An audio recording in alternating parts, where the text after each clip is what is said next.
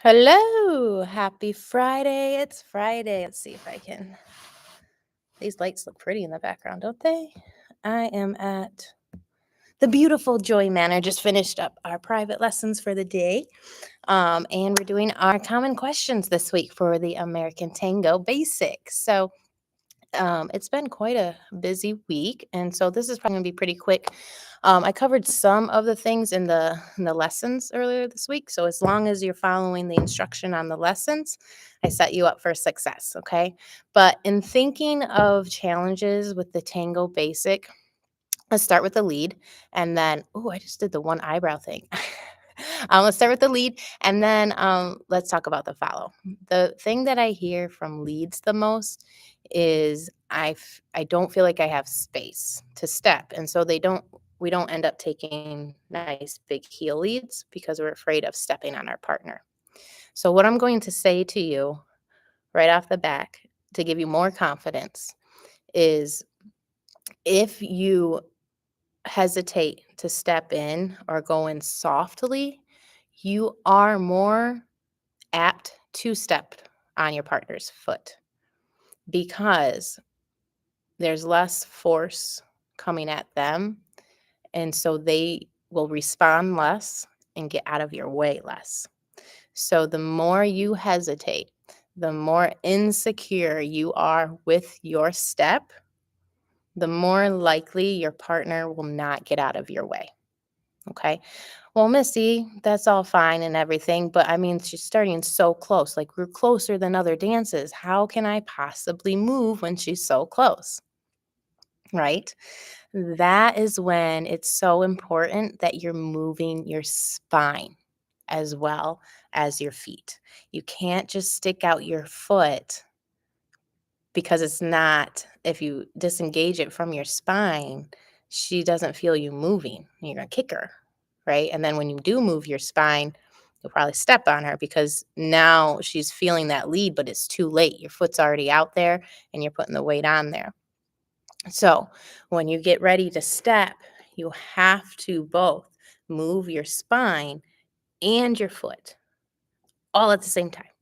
Okay. Now, going a step further into that, if you step and leave your frame back, she may also not move, right? Because she's attached to that frame. And if there's no pressure into her frame to move her, she might not move, right? So you need to make sure those elbows stay in front. I'm gonna turn to the side of my chair here. So when you have your frame and you move your spine forward, see how my elbows are also moving with my spine? They're not wobbling individually, right? Out here, just hanging out. But as my spine moves, so does my frame. I do not leave my frame back and pull my spine forward. Okay? So all of those things are very important. Stepping with confidence, get rid of that insecurity, fake it until you make it. Make sure your spine is moving and make sure your frame is moving with your spine. Okay? All those things, you'll be fine. All right? Now, follows. I think the first thing that I hear a lot from follows is I'm always getting stepped on. It's the same problem. It's the same problem. So for my follows, a lot of the times our frames are not tight enough. Okay. And what I mean by that is we're not attached to our own back. Okay. So they're just up here and hanging on our partner instead of being into our back muscles and supported on our own. Okay. So if you were holding your frame by yourself and somebody came up to you and pushed it, would it push that side of your body as well? If it does, then you're connected, right? If this arm gets pushed and it just moves from the shoulder joint, right, or the elbow, and your body doesn't move, it is not connected. So, how do you expect to know to move your spine if your tool of communication with your partner is not attached to your spine, right? So your frame has to be both attached to your own spine and also with your partner, okay? So we can't just be disengaged and not attached to our spine. We have to be one piece. We call that the T, right? The spine and the T across. Okay? Going right along with that is try to keep the elbows in front. The second the elbows go behind, you're not going to get that resistance that you need right away quick enough.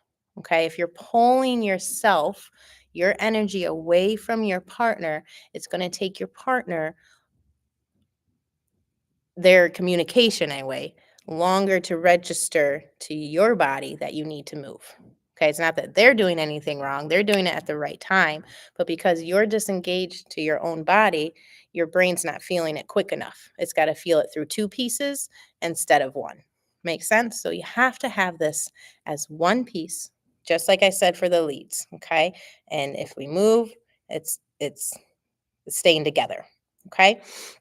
If you're getting a little push, you have some tension so that if you get a slight push, your whole body moves and not just the arms. We don't collapse. Okay. I did mention this for the follows, of course, when I taught it, but making sure you're releasing your toes when you're walking back, peeling your toes off the floor. That's going to help you stay balanced and able to get your foot out of your partner's way quicker as well. So making sure you're releasing those toes. Okay. And then I would definitely say, especially for beginners, you want to remember that you are offset. So if I'm leading, my follow is over here, their head. Their head should not be right in front of my head. Okay, we should be offset, meaning we both have separate tracks.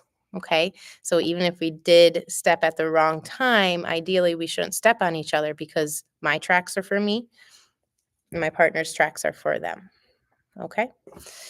All right. So we talked about the frame. We talked about the heel leads. We talked about releasing the toes. And I think that's really, and the offset, making sure you're offset for the basic. Other than that, I think that those main things really mess up beginners. But as long as you have that, it should be pretty easy. Sorry, swatting a fly. If there's no questions live here today, I think I will run out and catch you guys on Monday for our Tango Corte because I have to get my kids from school here very quickly. But if something is coming up as you're practicing the basic and you have a question, and maybe you've asked the question before, but you'd like to hear a different response, feel free to email me. Okay, guys? That's what I'm here for. I love, love, love teaching dance. And I love dancing. And I hope to bring that joy to as many people as I can. So, whatever I can do to help you guys out to have fun, right? Because fun is fun. And that's what we all need more of in life, right? So I'm going to leave you with those thoughts for today. Next week, remember, we're doing American Tango still, but we're doing the Corte. Okay, so Monday will be the elements, Tuesday lead, Wednesday follow, Thursday lead and follow, Friday common questions and answers. All right. All right, guys. Have a beautiful weekend. I'll see you next time. Bye-bye.